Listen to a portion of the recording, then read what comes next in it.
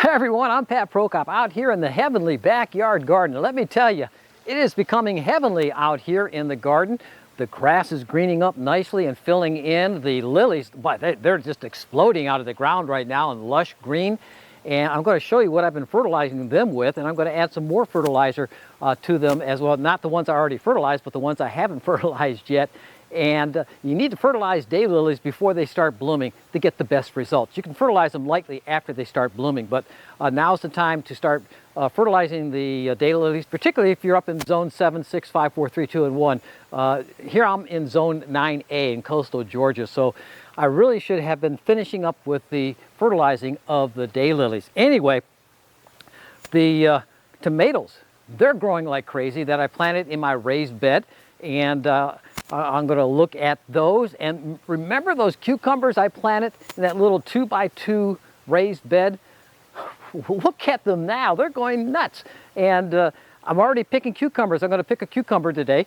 And the carrots. The carrots I planted last October from seed here, and they're going crazy as well. As a matter of fact, I plucked a couple out of the soil just the other day, and I was amazed at the size of the carrots. We're going to take a look at that in just a minute as well. But I have a project that I want to work with today.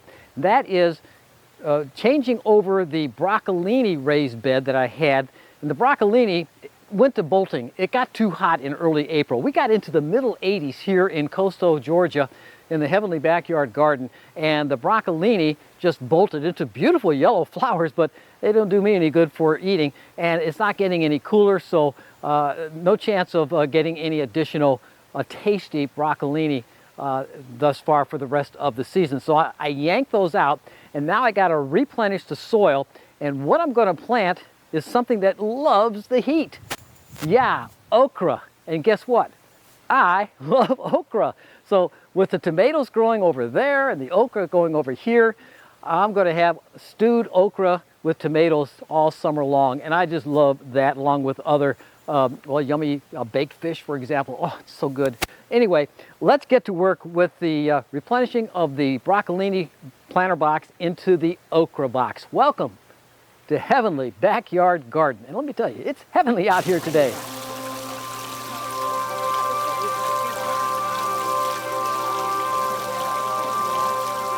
Here's the view from my balcony of the Heavenly Backyard Garden. Look how lush it has gotten over the last few weeks. And lots of these daylilies are putting on scapes right now. It won't be too much longer before the garden explodes with multicolored lilies, daylilies. And the Amerylis way over there, they're in bloom now as well. And the dahlias, they're growing like crazy. I even have a couple getting ready to bloom. And it's only late April. So when fertilizing daylilies, I found this mixture from Oaks Daylilies, a 12-7-6, plus active ingredients to help with the enzymes developing into the ground to help release the fertilizer so that the plants can actually ingest the fertilizers. And one thing about daylilies, they like a little bit high in the nitrogen for those green leafy growth. They also like the phosphorus, which is the middle number, 7, and potassium, which is the third number, 6. That's potash, basically. And the combination of these three give the daylilies a great boost to get them going. And then once they start blooming, it's good to fertilize them very lightly with a balanced fertilizer like a 12-12-12 or 20-20-20, a 10-10-10, whatever, but very lightly at that. So I'm over here in the cucumber patch, and let me tell you, this has exploded in the last 3 weeks, and from just little bitty seedlings to full-grown plants, and they're just taking over. These trellises and vines are growing beyond the trellises, and they're blooming also with the female flowers producing the cucumbers. And I have one ready to pick this afternoon, and so I can find it. It's down in here somewhere. Here it is. I'm going to pick this right out. There's a good cucumber ready to go. And this cucumber is ready for dinner tonight. I'm going to chill it down. I like them chilled, and these are burpless, so I don't have to peel them, even though I probably will peel them a little bit. But anyway, first cucumber of the year. This is late April, so let's look at the tomatoes. They're doing as well. Not ready to pick yet. Well, I got some, but the cherry tomatoes, but the Better Bush and the celebrity tomatoes, they're right over here, and they're doing just fine as well. So let's take another look at those. Now over here are my tomatoes I planted around St. Patrick's Day, a couple days before St. Patrick's Day. That's the middle of March. And this row here, the 3 plants here, are Better Bush, and they're an indeterminate Better Bush. And I guess that means they're going to produce tomatoes as long as the plant is growing. And over here is a determinate celebrity, which is more of a vining type tomato. And but it will produce all its fruit all at the same time, or nearly all at the same time. And they're doing excellent. I had actually been trimming them back a lot because I had a lot of sucker plants growing on them. But anyway, both of these are now producing tomatoes. I have some tomatoes the size of golf balls. Well, there's one over here the size of a tennis ball already. I figured in the next 3 weeks, I'll be picking fresh tomatoes from these guys right over here. Meanwhile, I have a cherry tomato, actually a grape tomato. I started from seed from a grape tomato last October, and it is producing tomatoes as well. As a matter of fact, I've been plucking on these for my salads, and it looks like I got a couple more to pluck for tonight's salad. So they're already producing over here. Now here are the tomatoes I planted in the ground. These are Better Bush once again. They're not doing quite as well. They're doing very well, but they're not quite as well as the ones planted in that raised bed.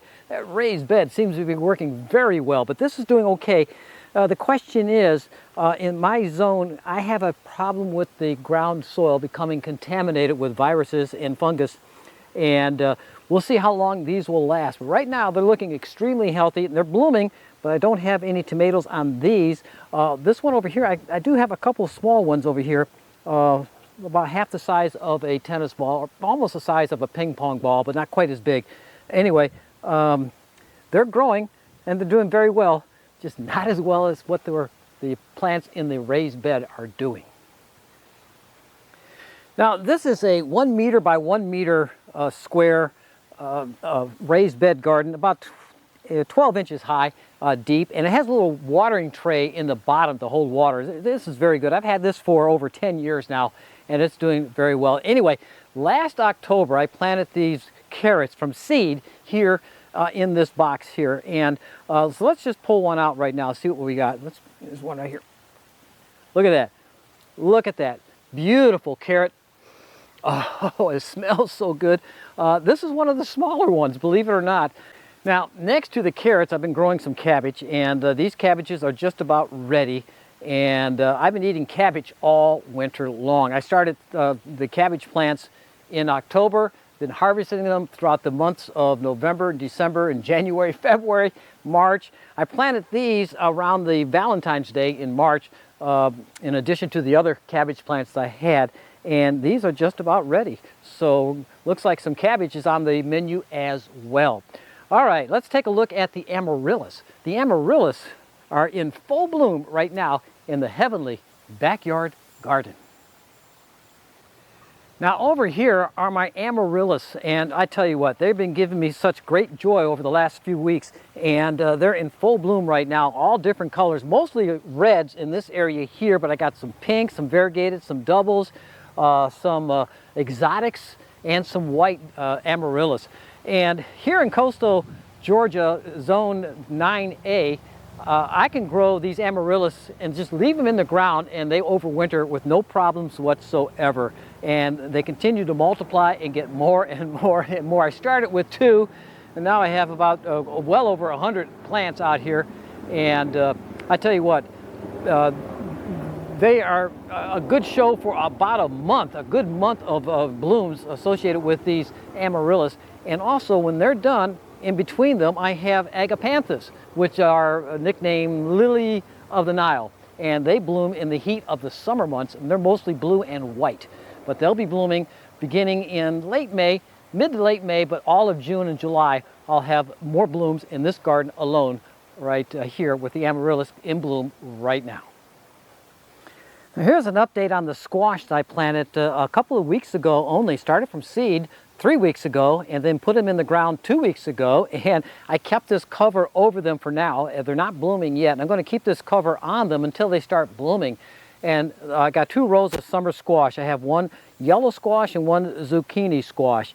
And once they start blooming with the female flowers, I'll take the cover off in the morning so that the bees can do their job.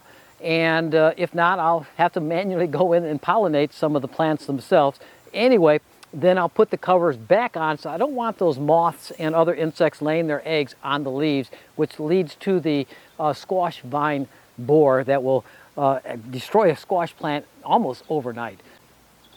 All right, let's process the okra, which is going to be right behind me over here. This is the area where I had the broccolini growing, and I pulled those all up and as they bolted and put them in the compost, so they'll be back in a different form, but they'll be back next year as compost. But I started some seed from the okra that I had from last year, and I got these in the 6-pack. They haven't really sprouted yet. It's only been 3 days.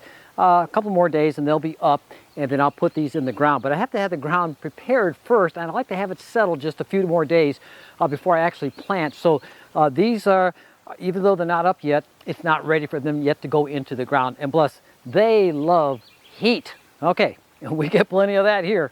All right. So the first thing I want to do, this soil here is kind of loose, granular. It's been used, the broccolini took a lot of nutrients out of the ground. So what I'm going to do is I'm going to add new layers. I'm going to add a layer of composted mushroom hulls, a layer of black cow manure. Some people pronounce it cow, some people pronounce it black cow manure. I think black cow would be more correct. Anyway, cow manure, and then some topsoil to mix it all together. So let's do that right now. I got a couple weeds here to get rid of first. They're just trying to work their way in. They're going to work their way out real quickly. They're gone. All right. So let's do that.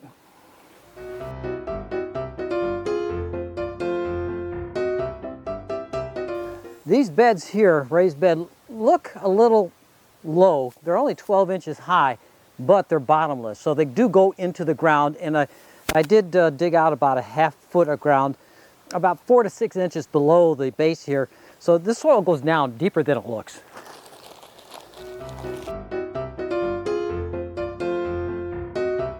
Get ready to mix, but before I mix, I'm going to add a couple more ingredients. I don't think you can ever go wrong using worm castings. And I'm developing a worm farm, but right now I'm buying the worm castings, and I tell you, you get your money's worth out of this stuff.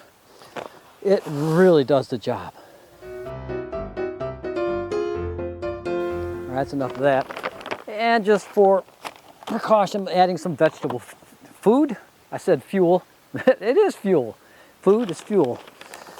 And sprinkle that in there. It's got a mixture of a lot of organic material. I can smell the bone meal. This is a 4-5-4 mixture. A little bit right there. Okay, now it's like baking a cake. You got to mix all your ingredients together with the mixer. And this is my mixer. Yeah. I like to use hand tools. I don't like using tillers or aerators or whatever. I like to use a shovel and just mix it myself. But there's a nice earthworm. It just showed up. It's always a good sign. There's a weed. Get it while I can.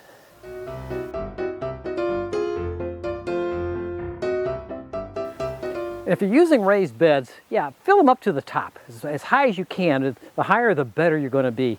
And one of the mistakes that a lot of people make with raised beds, they don't raise them up high enough.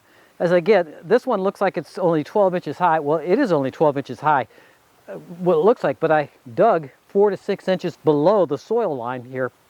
And so this one's actually about 16 inches deep, like my tomato raised bed and my cucumber raised bed. So this one's just about ready to go. Next thing I want to do is just water this in to help settle it down some more and get the active ingredients activated and to make the worms happy. A happy worm is going to be a happy garden. There, that should settle over the next couple of days, and I'll wait until probably 3 days before I plant the okra directly into this garden here. And one thing about okra, once you start it growing, all you have to do is point it to the sun and give it some heat. It will take off. And in this soil, it should take off big time. And the thing about okra is once they start producing, you got to be picking. You can't wait to pick, say, well, I'll pick that tomorrow. You got to pick it when it's ready. And just about every day, I pick a little bit okra, and then I'll refrigerate it until I get enough. And then I'll either make some stew out of it, the tomato sauce and okra. I love that. Or I'll cut them up and freeze them. Anyway, this is ready for the okra. Well, thanks for watching the video. I hope you really enjoyed it. I hope you're getting something out of my Heavenly Garden channel. I also have 2 other channels, my Weather and Nature channel, Pat's Weather and Nature channel, where I talk about the, well, weather and nature. And also my Heavenly Backyard Astronomy. And that's why I call it the Heavenly Backyard, because during the day I work in the garden, and at night I look into the heavens, and the combination of the 2 makes it the Heavenly Backyard Garden. And please subscribe to my channel if you haven't already, and look at the other channels if you like astronomy or if you like weather and nature. And I got an astronomy video coming up with what to view in the skies during the month of May. During the month of May at night, you get to see the galaxies and the nebulosity, both of them coming into view. Plus the planets, they're all in the morning sky right now. Anyway, that's the astronomy channel. This is the Heavenly Backyard channel, and thanks for watching.